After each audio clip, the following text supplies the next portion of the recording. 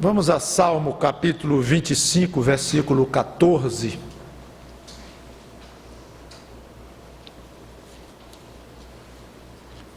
Salmo capítulo 25,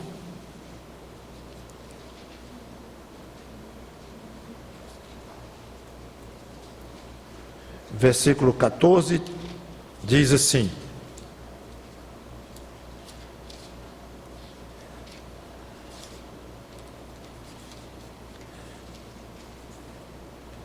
a intimidade do Senhor é para os que o temem,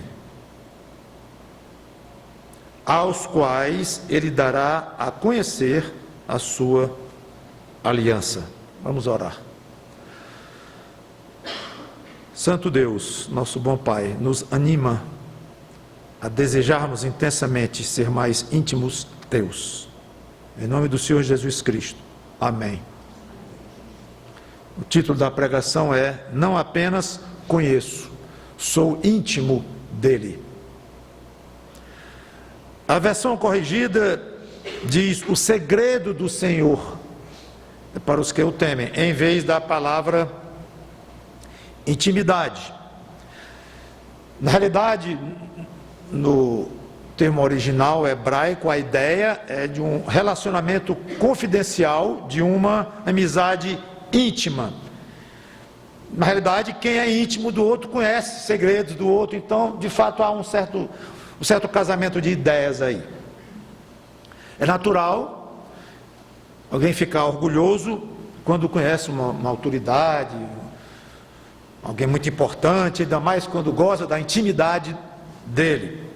E aqui o autor fala da possibilidade de alguém ter intimidade com o próprio Deus Criador, o Deus Todo-Poderoso, Santo, puro, reto. Então só essa possibilidade do ser humano ter intimidade com um Deus desse já é muito, muito significativo. Coisa que os pagãos não tinham, por exemplo. Tinham muitos deuses, mas eles tinham era medo muitas vezes, terror, e eram deuses na imagem deles, caprichosos, cheios de defeitos também, como os seres humanos. E aqui a Bíblia dá o vislumbre de uma, não é nem um vislumbre, é a possibilidade real de um ser humano pecador, como todos são, ter intimidade com Deus. Saber os segredos desse Deus, usando o original inclusive. Claro, os segredos que esse Deus quer revelar, não revela tudo, nem poderia. Agora, ninguém é íntimo de outro se não conhecer bem a personalidade do outro, a família do outro, os planos do outro, os projetos, as aspirações do outro. E veja, coisa interessante, a passagem, ela liga a intimidade de Deus com o quê? A intimidade do Senhor é para os que o temem, aos quais Ele dará a conhecer a sua aliança, ou seja, os seus projetos, os seus propósitos, o que Ele quis revelar, o que Ele quer com o homem, que planos Ele tem para se relacionar com o homem. Então essa aliança aqui, entendo eu, representa o que Deus quer que o homem conheça dele, incluindo traços da própria personalidade, do caráter desse Deus, está tudo embutido aí. Vamos a Gênesis capítulo 18, versículos 17 a 21.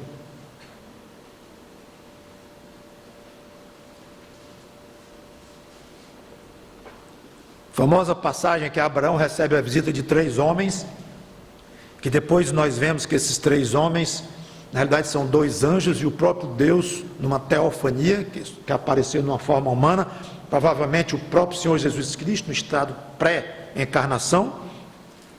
Seja como for, aqui é o próprio Deus conversando com Abraão. Então no versículo 17, Gênesis 18, 17, disse o Senhor: ocultarei a Abraão o que estou para fazer? Olha aí, Deus vai contar um segredo dele para Abraão, Deus vai contar um plano que Deus tem em mente, obviamente particularizado para o caso de Sodoma e Gomorra.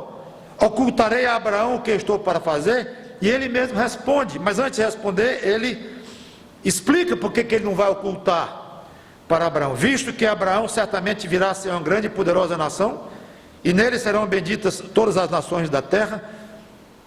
Aí fala sobre Abraão, porque eu o escolhi para que ordene a seus filhos e a sua casa depois dele, a fim de que guarde o caminho do Senhor e pratique a justiça e o juízo, para que o Senhor faça vir sobre Abraão o que tem falado a seu respeito. Disse mais o Senhor. Pronto, agora Deus vai revelar o segredo dele a Abraão. No 20, com efeito, o clamor de Sodoma e Gomorra tem se multiplicado e o seu pecado se tem agravado muito. Descerei, olha os detalhes, e verei se de fato o que tem praticado corresponde a esse clamor que é vindo até mim, e se assim não é, sabê-lo-ei. Então Deus diz para Abraão exatamente o que está começando a fazer, que é averiguar. Obviamente aqui tem uma linguagem muito de acomodação, o aspecto humano, Deus dizer que vai ver se é assim mesmo, claro que ele sabia tudo, mas eu não quero entrar no texto, apenas mostrar que aos íntimos Deus fala, Deus se revela, que é como dois amigos íntimos aqui na terra. Só que hoje Deus não aparece mais a nós e diz assim: eu não vou ocultar ao fulano, ao cicrano, o que eu vou fazer, como fez com Abraão, de uma maneira extremamente personalizada. Ele não faz isso mais hoje. Então ele não fala mais nada conosco, fala através das Escrituras. E há ainda um aspecto que ele fala pelo Espírito Santo, que nos orienta e nos corrige, nos disciplina. Ele fala conosco, não de uma maneira audível, mas ele trata conosco. Mas eu quero chamar a atenção de um aspecto importante. Quem deseja se aproximar de Deus, recebe então uma capacidade para entender mais esses segredos, ou algo da intimidade dele que ele quer transmitir a quem valoriza e quer essa intimidade. Essa capacidade chama-se iluminação. Por que alguns leem a Bíblia e não entendem coisa nenhuma? Muitos não são nem habitação do Espírito, não tem nem a ajuda do Espírito Santo em nada, porque não se tornaram ainda salvos em Cristo, né? São cortados de Deus. Mas vamos pegar aqui um grupo de crentes. Então você vê, lê, pode ler a Bíblia 10 vezes no ano, e entende pouco. Porque ele não é inteligente, faz um teste de QI nele que vai dar lá embaixo. Não tem nada a ver, ele é inteligentíssimo, aliás, é o primeiro da classe dele. Aí você vê outro, e tem uns entendimentos, tem uns insights, tem umas sacações impressionantes. Parece que Deus revela mais através do mesmo texto, da mesma Bíblia. Salmo 119, 18.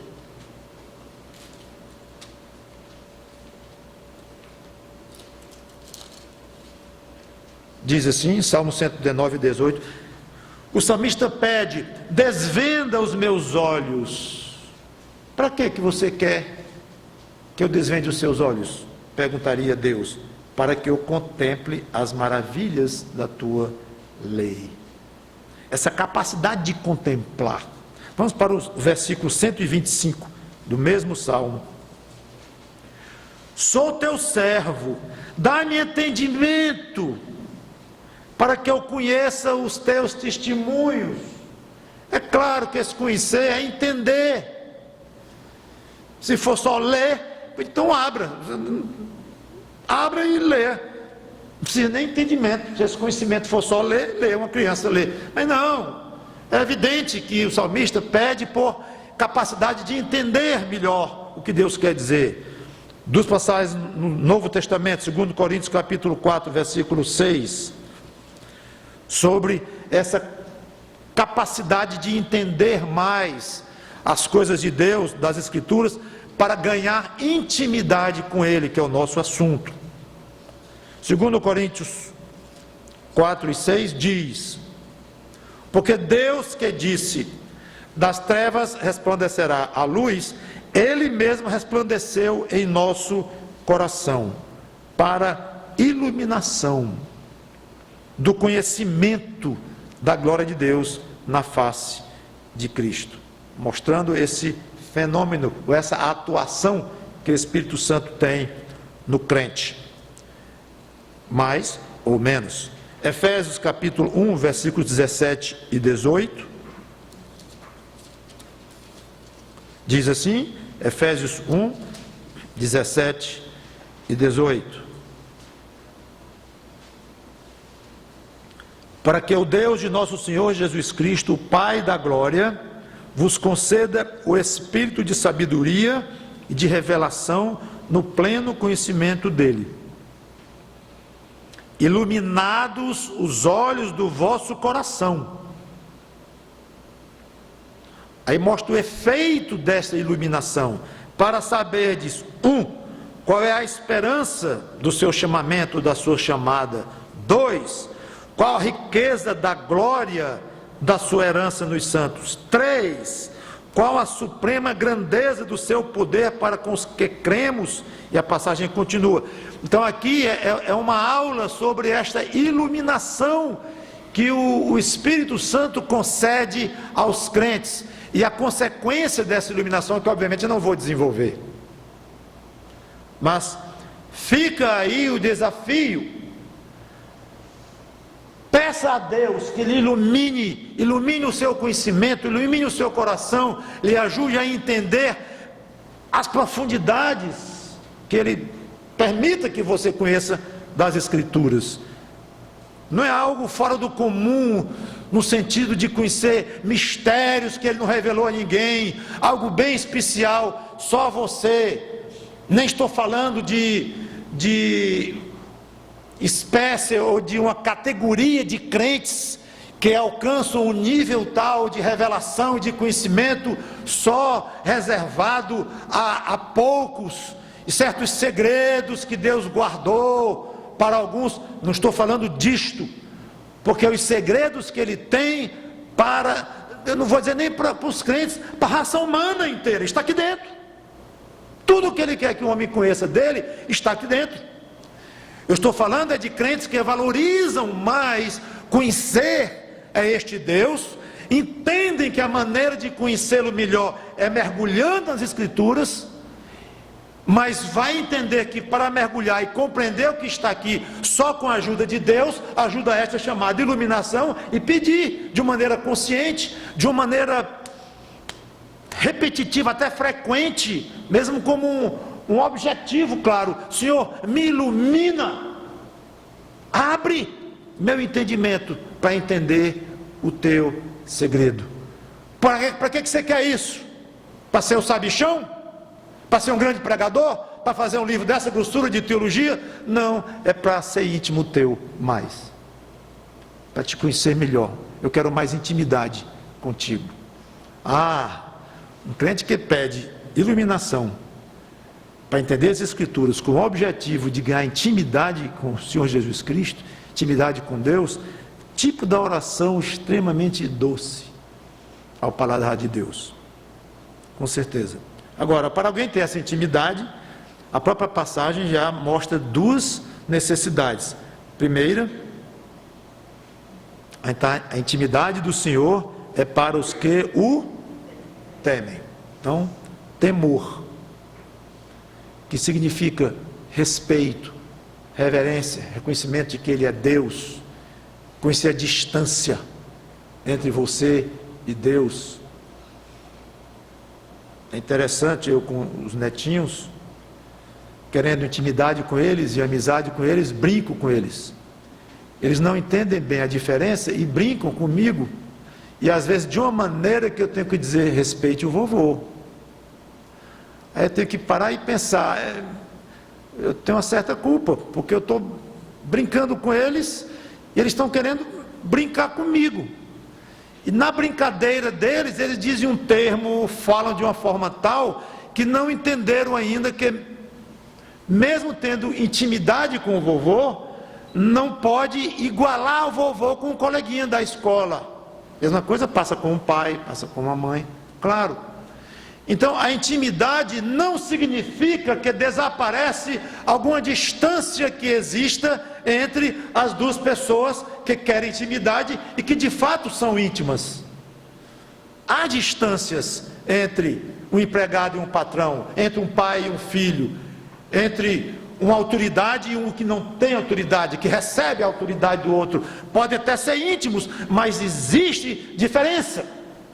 É exatamente o temor que causa o reconhecimento dessa diferença. Temor não é medo, é respeito, um reconhecimento de que entre eu e o Senhor Jesus Cristo sempre haverá uma grande distância. Não posso me imaginar chegar no céu, encontrar Cristo e tocar-se na barriga dele, como a gente faz com um amigo íntimo. Diga lá, a minha cabeça arranha. Mas eu sou íntimo dele. Eu sei que você é íntimo dele. Ao mesmo tempo, veja quem você é e quem é o Senhor Jesus Cristo. Por isso é que eu não gostava numa certa fase, já passou mais isso, quando era comum no meio evangélico, dizer, Jesus é meu chapa.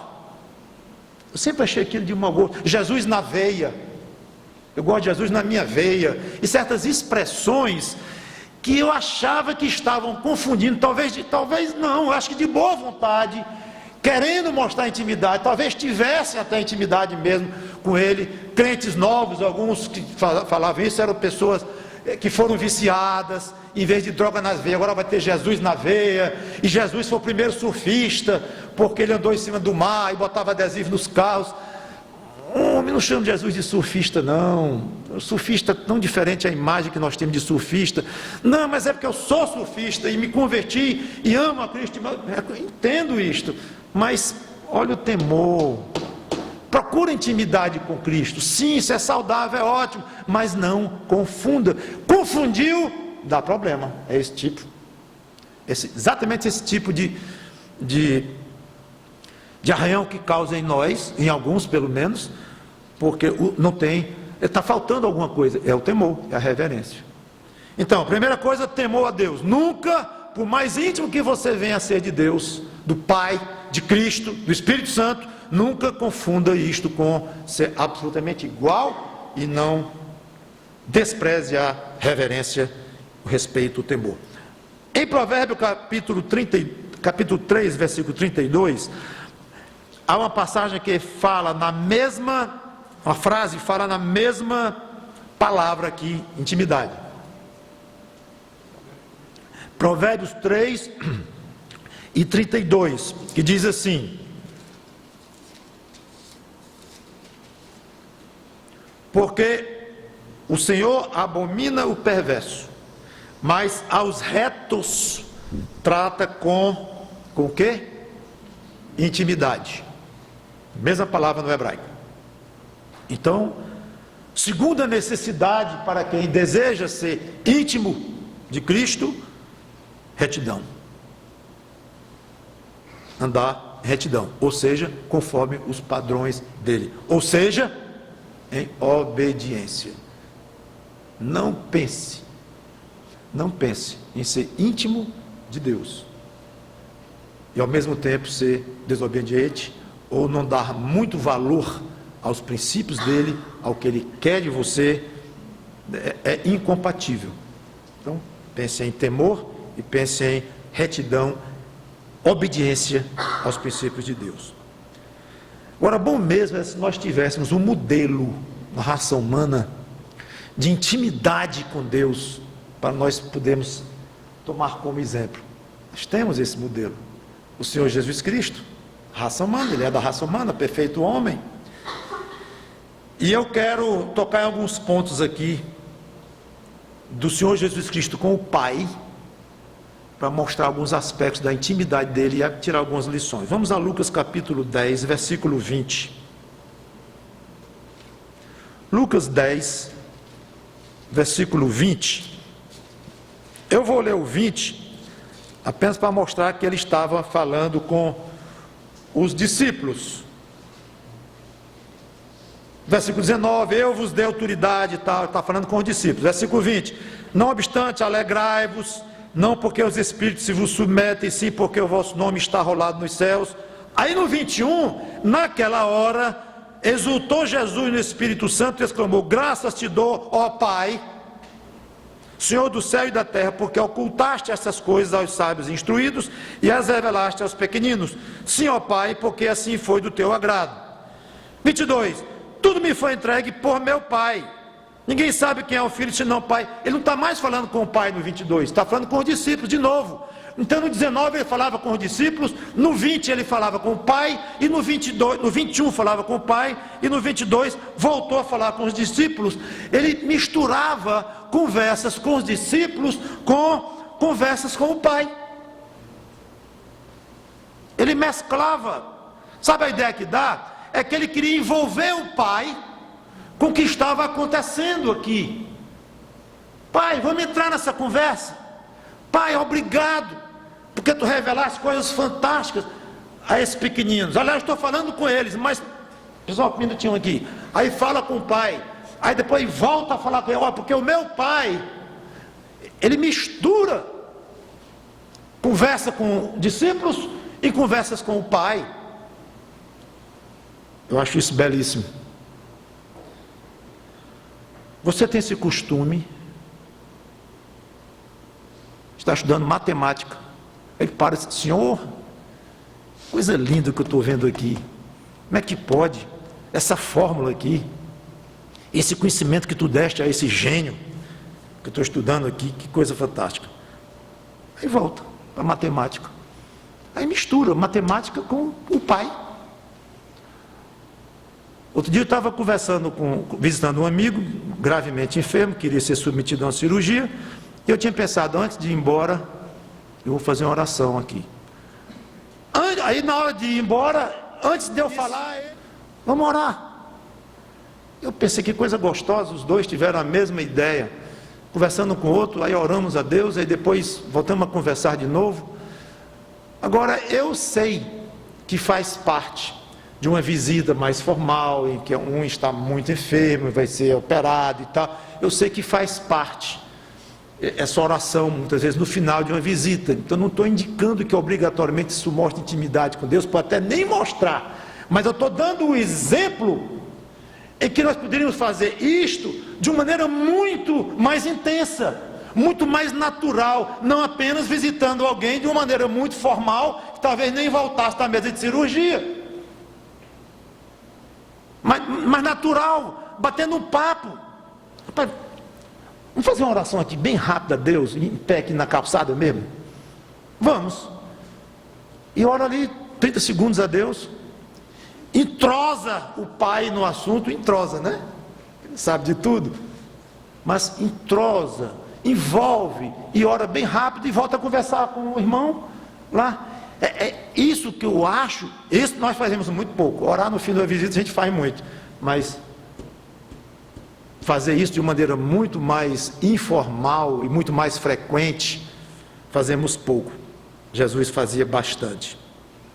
Um segundo exemplo que entra também com outra lição dele, João 11, Lázaro morto, no túmulo de Lázaro, João 11, 41 e 42, eu acho essa frase dele espetacular. 41 diz, João 11, 41, tiraram então a pedra, e Jesus, levantando os olhos para o céu, disse, Pai, graças te dou, porque me ouviste. Aliás, eu sabia que sempre me ouves, mas assim falei por causa da multidão presente, para que creia que tu me enviaste. Tendo dito isto, clamou em alta voz, Lázaro, vem para fora. Então ele estava falando com o pai, antes com os discípulos, as irmãs, aí depois fala com o pai, aí já fala com o morto, tudo ali, junto. Então, além desse exemplo de envolver o pai no que estava acontecendo, tem um segundo ponto, que é a total afinidade entre o que Jesus pedia e o que o pai respondia. Esse aliás dele aqui é de um valor incalculável pelo que revela. Aliás, deixa eu explicar isso aqui. Eu sei que tu me respondes em tudo que eu peço. Agora ele está explicando isso para quem? É para o Pai ou para os discípulos? E o Pai precisa de explicação? Não, mas os discípulos precisavam. Então ele falou para o Pai e para os discípulos ouvirem, envolvendo de novo. E, agora vamos concentrar no aspecto. Tudo o que ele pedia, o Pai dava. Mostrando o que? O conhecimento profundo que o Filho tinha do Pai. Intimidade total.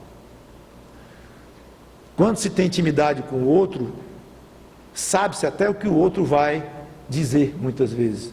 O pressupõe-se e se erra pouco. Outro dia alguém disse para a Sandra: pergunte para o Mauro se ele quer isso. Então a Sandra riu e disse: eu vou perguntar, eu tenho certeza que ele não vai querer. Ora, foi só de ligar: Mauro, tu quer isso? Não.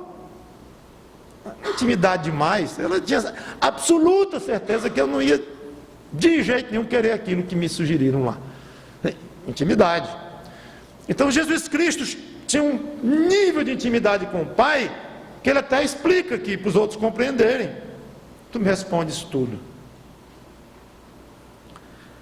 Quer garantir mais respostas às suas orações? Aumente na sua intimidade com Deus. A Bíblia diz que nós não sabemos orar como convém. Nunca saberemos. Mas poderemos aprender um pouco mais. Poderemos ter nossas orações mais bem feitas, não perfeitas, mas mais bem feitas. Orações, o que eu quero dizer com mais bem feitas? Atitudes, mil coisas, mas quero focalizar num ponto, que estão mais de acordo com o coração do Pai. E que como é que nós vamos saber isso? Intimidade com Ele. Terceiro exemplo de Jesus Cristo, João 17, versículo 4.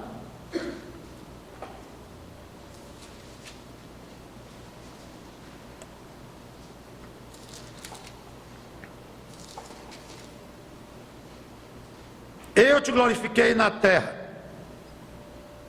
consumando a obra que me confiaste para fazer, na famosa oração sacerdotal de Jesus. Essa é uma passagem entre muitas outras, principalmente em João, em que Jesus mostra a convicção que ele tinha um trabalho a fazer, uma missão que ele havia recebido do Pai. Ele tinha isso em mente o tempo todo, mostrando que a existência dele, ou existência, talvez melhor dizendo, a permanência dele na terra, que a existência ele sempre teve, até mesmo para trás, nunca teve início, mas ele como homem, aqui, como ser humano, ele tinha uma missão, e ele tratava com o Pai continuamente sobre esta missão. Ele me enviou, eu tenho uma obra a fazer, eu tenho uma comida a comer. Ele falava muitas vezes disso, mostrando na intimidade que ele tinha com o Pai, mostrando a necessidade que ele tinha, primeiro, mostrando a consciência de que ele tinha um trabalho a fazer, e segundo, a necessidade de prestar contas, de dizer para os discípulos, dizer ao mundo que ele tinha esta missão. Ele prestava contas a Deus continuamente, aqui nós vemos inclusive. Então, pergunto eu, você tem esta intimidade com Deus, no sentido de estar continuamente dando a Ele satisfação do que você está fazendo aqui, quanto à missão que você recebeu dele? Você tem uma missão aqui. O mais importante assunto que você vem a fazer, que você tem que fazer na terra, é fazer o que Deus quer que você faça. A sua vida não é uma coisa solta. Deus não lhe criou por acaso. Então não tem sentido orar a Deus apenas pedindo coisa, agradecendo coisa, pedindo coisa, agradecendo coisa. É bom pedir, é bom agradecer. Mas a relação do crente com Deus vai muito além de apenas orar agradecendo e pedindo. É uma verdadeira prestação de contas também, à medida que a vida de cada um vai avançando, como é que eu estou? Senhor, me ajuda a entender a minha missão, me ajuda a ser fiel, me ajuda nisto. Eu estou tentando, sou falho, caio muito, mas vai então tratando com Deus dia a dia sobre esta missão. Agora, sem intimidade, sem esse entendimento, vai ficar uma vida meio à parte de Deus, crente. Aí agradece e pede. E quando vai ver, os pedidos 90% é pelas coisas daqui, pelas coisas daqui, pelas coisas daqui, pelo fulano, pelo ciclano, pela saúde, não sei o que, dinheiro, papapá, isso aqui, isso, aquilo mais, pedindo. Coisas listas, tudo bem. E agradecendo é muito bom também ser grato. Mas não se esqueça, orar a Deus não é só agradecer e pedir, é prestar contas. Conversar com Ele, tratar com Ele. Quarto e último exemplo de Jesus Cristo, que eu não vou ler porque são tantas passagens que eu não vou ler nenhuma. Vou falar do que é. Sabe o que é? O costume dele de falar do seu Pai. Uma das coisas lindas que eu acho da vida de Jesus na terra, que para mim é muito edificante, é o quanto ele gostava de falar do seu Pai, especialmente no Evangelho de João. Falava muito, e a gente quase que sente o prazer que ele tinha, a saudade que ele tinha do Pai, a vontade de voltar para o Pai. Geração incrédula e perversa, até quando eu vou ter que aguentar vocês? Estava que não suportava viver ao lado de tanto pecado, um homem que não tinha pecado algum, mas tinha uma missão a cumprir. E ele dizia aqui, no capítulo 17 mesmo, pedindo para o Pai glorificasse a ele, como ele fazia antes. Versículo 5, agora glorifique meu Pai contigo mesmo, com a glória que eu tive junto de ti, antes que houvesse mundo. Ele estava com saudade daquela época. Saudade é uma maneira de dizer. Você gosta de falar do Pai para as pessoas, de Deus, de Cristo, mas é gostar, é ter prazer, gozo nisto. Não é só como obrigação, tem que evangelizar, falar de Jesus, João 3,16, decorei o versículo, decorei lá, estou com 10 folhetos num bolso, 15 no outro, estou pronto, estou armado. Tá ótimo que você esteja armado com 1000 folhetos. Eu estou querendo saber se você tem prazer de falar com ele, não é só para evangelizar, é com outro irmão, já está evangelizado, com outro crente, com outra irmã. Falar de Cristo, falar de Deus faz parte das suas conversas gostosas. Falar de Cristo, se não faz, sua intimidade com Deus parece que anda muito modesta. Então fica aí a pergunta. E obviamente não só falar, a boca fala do que está cheio o coração, não é só falar, é estar com Cristo na sua mente, mesmo sozinho. Seria interessante um aparelho que medisse os pensamentos. Agora, não sei se a gente ia ter coragem de usar esse aparelho. De manhã cedo acordou, liga. Desligou, de noite dormiu, desliga. Automaticamente ele desliga. Aí agora vamos ver o que esse camarada pensou. O que você pensou, o que eu pensei. Quantos por cento do que você pensou está diretamente envolvendo a pessoa do Pai? Está diretamente envolvendo Cristo, a pessoa dele. Conversas com ele, oração com ele, prestação de contas, o que for. Seria muito interessante saber quantos por cento você usa do seu pensamento, da sua mente, da sua imaginação para pensar, conversar com Deus. Quero terminar com um exemplo muito bonito de Jó, lembrando os bons tempos. Coitado, Jó aqui estava no meio de uma tempestade. Jó capítulo 29, depois voltou a bonança e ele teve muitas bênçãos e tudo, mas nesse meio do fogo aqui, ele olha para trás e diz uma coisa muito bonita. Eu vou ler do 1 ao 4, Jó 29, do 1 ao 4. Prosseguiu Jó no seu discurso e disse: ah, quem me dera ser como fui nos meses passados, como nos dizem que Deus me guardava. E ele estava um bocado amargo aqui também, mas não importa, ele está olhando para trás. Quando fazia resplandecer a sua lâmpada sobre a minha cabeça, quando eu, guiado por sua luz, ideia de iluminação, hein? Caminhava pelas trevas, como fui nos dias do meu vigor, quando a amizade de Deus estava sobre a minha tenda. Quero só perguntar a você, se você pode dizer que a amizade de Deus, a intimidade com Cristo está sobre a sua tenda, sobre a sua casa, sobre a sua alma. Vamos orar. Obrigado, Senhor Deus, um Deus que se permite ter intimidade conosco, dizendo de outra forma, nos permite ter intimidade contigo. Muito obrigado pelo privilégio. Talvez tu tenhas diminuído um pouco o teu padrão de santidade, permitindo que pecadores tão ruins como nós cheguemos à intimidade contigo. Não. Simplesmente tu fizeste cair sobre o teu Filho amado tudo o que nós merecíamos. A tua santidade foi totalmente preservada, tua justiça, quando tu não poupaste o próprio Filho querido teu. E agora em Cristo nós estamos 100% justificados, perdoados pelo sangue dele, pelo efeito do sangue dele em nossas almas. Tu olhas para nós, não vê mais pecado algum. Aí então tu podes dizer: venham e tenham intimidade comigo, porque vocês são tão puros quanto puro é o meu Filho.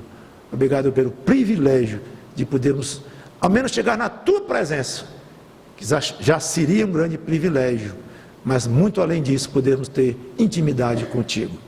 Em nome do Senhor Jesus Cristo, dele que causou tudo isto e possibilitou esta amizade íntima, nós te pedimos e agradecemos.